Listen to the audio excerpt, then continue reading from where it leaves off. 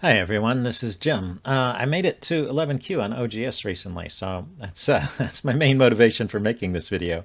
I just wanted to document that I really hit that level at one point because I don't think I'll actually last at 11Q very long. I usually get knocked back, but you can see that just barely made it over that 11Q line. Got it down to 10.9, so that's a zero point 0.1 past the 11Q barrier there.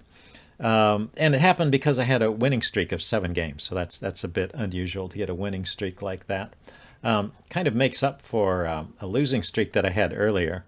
So let's talk about this. Yeah, back at the end of October and the beginning of November, I had a losing streak of 7 games. I was getting kind of discouraged, and my rating had dropped all the way back to 15Q. I tried changing my openings, and eventually I worked my way back into the 12 to 13Q range. And then when I started this winning streak, I was at 13Q, and after 7 straight wins, I made it to 11Q. And actually, I did these games all on stream.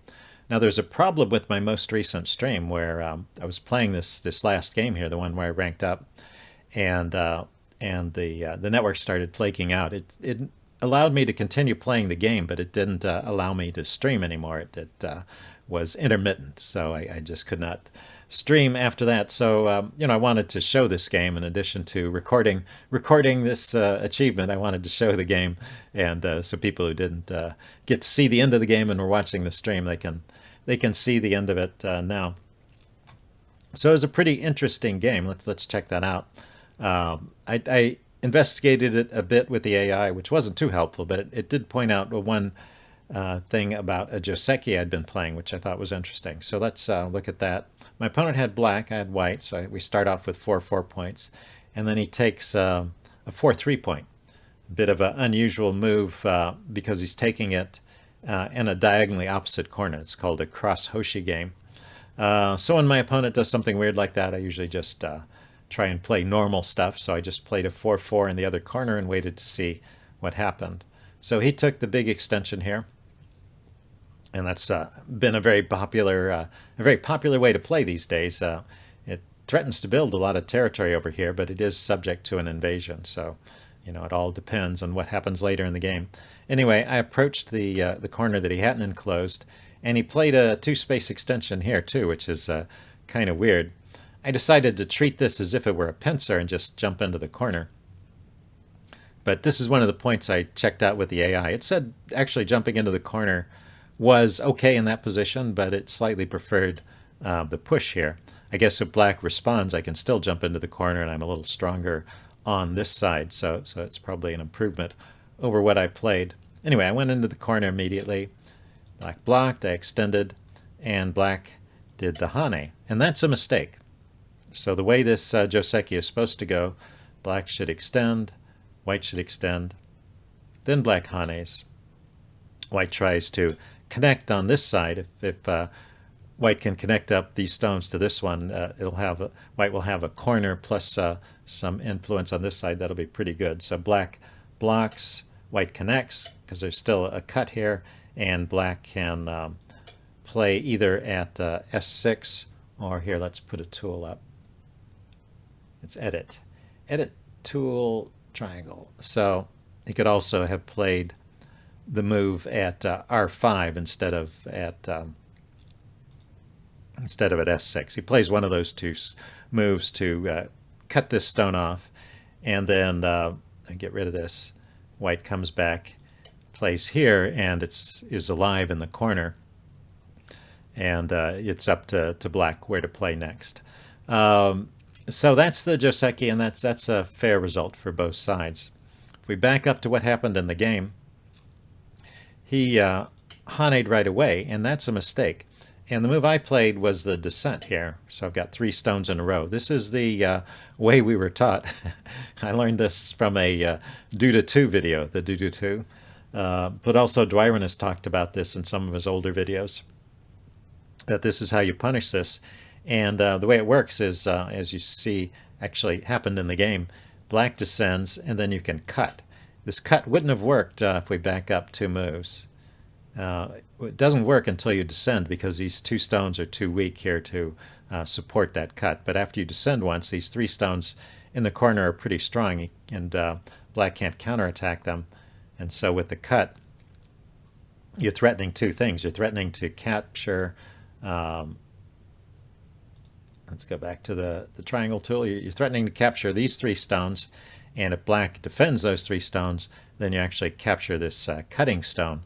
So that's all good for white. But it turns out this is no longer considered the best response here. So looking at this with the AI, well, first of all, it still thinks this is a mistake, and we'll come back to what white should play. But if white descends, black can recover from the mistake by just connecting here. So he just connects. Now he keeps his corner surrounded. White can turn. Maybe you block on this side. It seems like black is able to get enough influence on the outside to make this an even result. So it's no longer a huge mistake. So that is what you do as black. If someone descends there, you can just protect this cutting point and then just try and keep the corner surrounded to keep it small, and it's an even result. Or if so what is the move that white is supposed to play to get the best result? How does white punish this mistake? Instead of descending, the AI is recommending the turn. And now if black blocks like this, you go here, black plays here or here at R5 to split you apart, then you can play the clamp. And this is a fighting variation, particularly if black descends here. You have to cut and get into some big fight. But apparently it's a fight that favors white. Or if black just connects, then you connect underneath. And you are good to go. You could, if you're not that adventurous to play, if you're not so adventurous as to play the clamp, I think you can also play underneath like that and get an okay result. But anyway, that's how the AI thinks this corner Joseki should be played now. Anyway, let's get back to the game. In the game, I did the descent. I did the descent, and he didn't play that. He followed me down, and I cut because I was playing that old Joseki, and he decided to defend this stone, and so I was able to take these three. I did want to point out that he can't, okay, he can attack this stone and I connect, and then he played away. He can't try and save these stones. You might think he can connect out like this because I Atari, he connects, I Atari, he connects, and I cut there. And these stones are just dead, so there's just no escape for him. So in the game, he played here, and the game continues. But at this point, I can't actually use the AI for any any useful information because it says this result was so bad for black that white is just winning this game. It gave me like a 99% chance of winning already here. But it was still an exciting game, so let's continue on. I enclose my corner. He approaches, kick, and then I take away his extension. So I think, this approach to an already enclosed corner, after I kick it, maybe he needs to back off right away rather than extending up, because normally after the kick I would have to back off. If he had approached and I didn't already have the enclosure, I would have had to play a stone here and he would have gotten the extension. So I think this is a decent outcome for me. Although he can pincer my stone, I jump out, and what's happening here actually is black is building up a big chunk of territory over here that I wasn't able to successfully invade. So he does get some territory here, and that compensates for what's going on over here, I would think, although the AI still thinks white is winning here. Anyway, I tried to, this group of three stones here,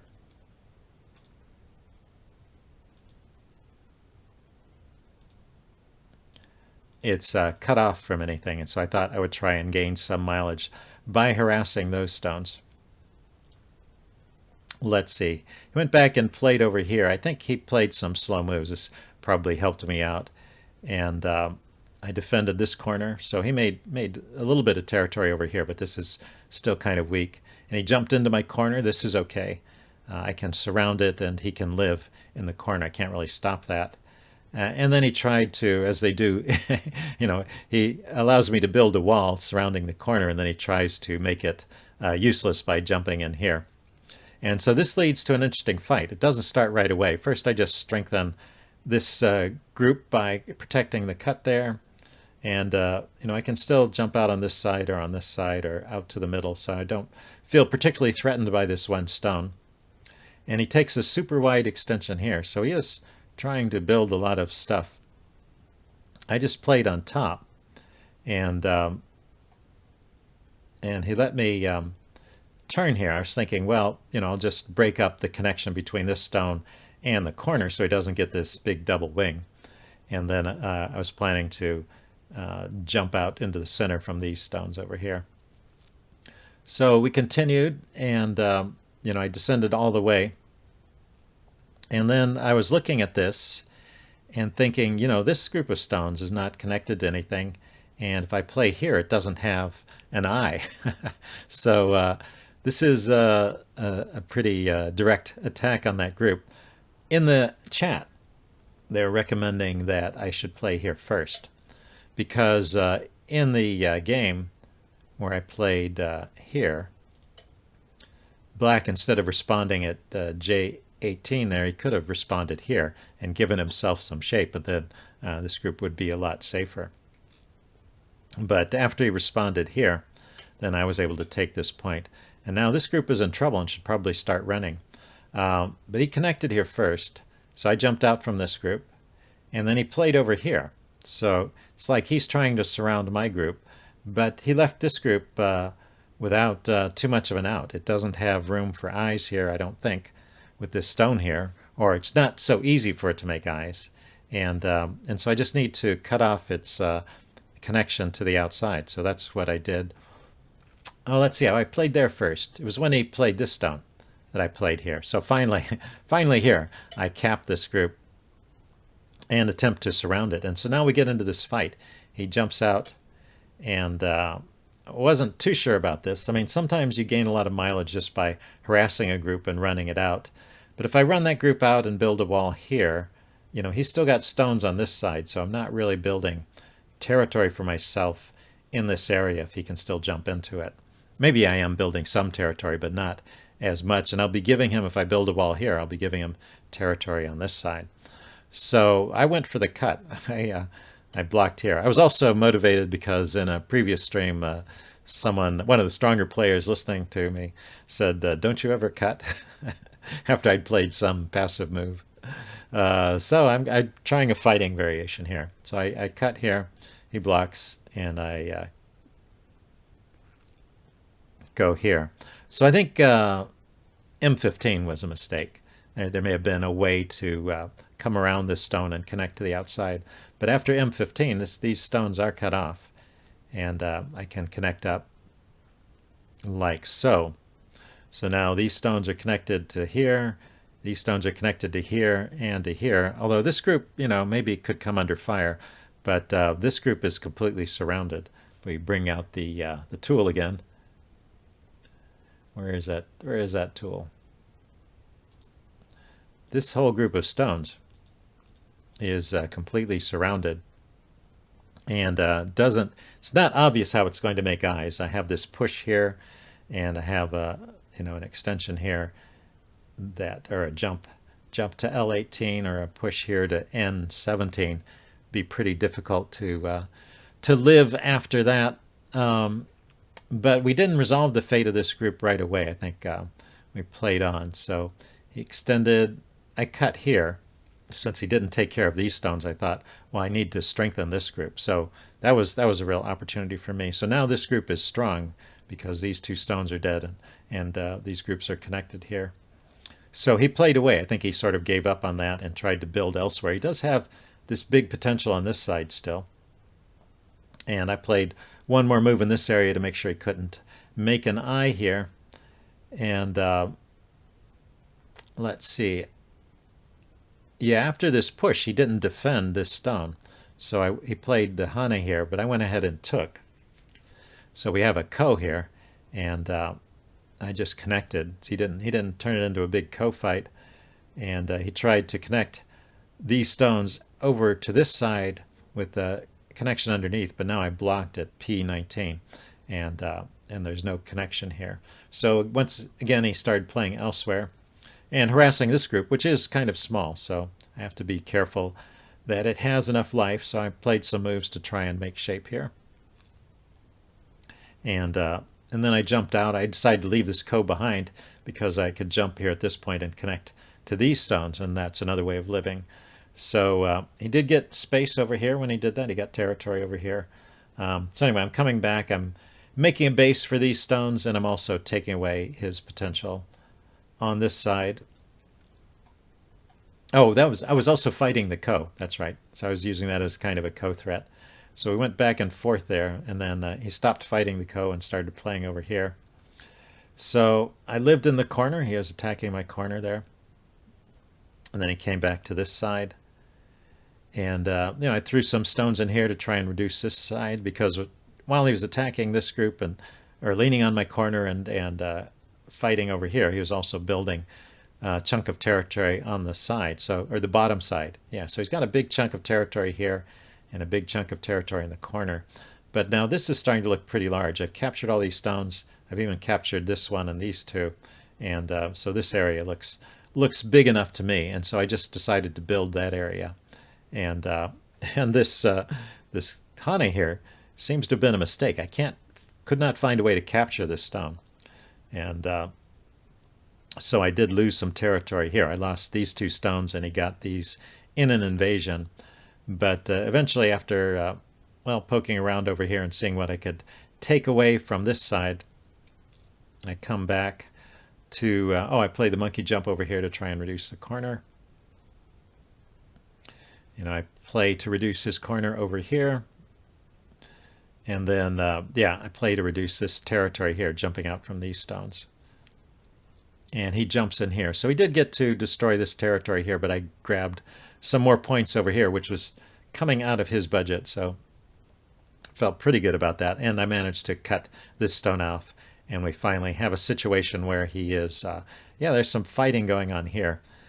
It looks like these stones are in danger, but when I connect, I don't think he can kill them. He tries to cut here, but he keeps leaving stones behind that I can just take, and I can take there. And so now these are alive, and this is cut off, and these are connected. So he doesn't have a whole lot of territory there. Anyway, I think we're getting near the end. I kept making some shape over here, trying to keep him from getting into my territory. He can still peek in. Oh no. I don't have to do anything about these stones. I keep forgetting. And I was occasionally forgetting during the game. These stones are dead, so I don't have to seal them off. I just have to make sure my wall on this side is strong enough that it doesn't get into any kind of capturing race. So I did make some eyes over here, and I connected up. So I connected this up with this, and there's an eye here. If it ever gets cut off from the other side by these stones coming out in some weird capturing race, this is all alive. Okay, so now we're going into the end game, and this is also around the part where I was getting my network connection interrupted, so I don't know if all these moves were entirely accurate, but they were good enough, it seems. So there's a lot of moves where I was just responding to his threats and not necessarily looking for the best move, but as I said, they seem to have been good enough. And we continue to here. Let's see. Finally connected all these guys up. These stones are dead and these stones are dead, but I don't really have to capture them as long as my groups are alive on the outside. And that's how the game ended. So this was the final position. So black was alive here and alive here and alive here. So let's count these areas. 1, 2, 3 areas. These two are pretty big, and this one is kind of medium-sized. But I did get a good corner, especially considering that I had these stones that I captured. This is an okay sized corner. That's like 10 points there. And then this is one really big area with these captured stones. So at the end, I won by 11.5 points, I think it was. We can go back to this screen. 14.5 points. So I had, 6.5 points of Comey, but I still won by 8 points on the board, which is not not always that obvious. But of course, you have to remember that I have all of these captures. So this area and this area are both bigger than they appear, whereas he didn't capture any stones in this area. So that is its actual size. Anyway, it was a pretty interesting game. Hope you guys enjoyed this video, and I will see you next time. Bye now.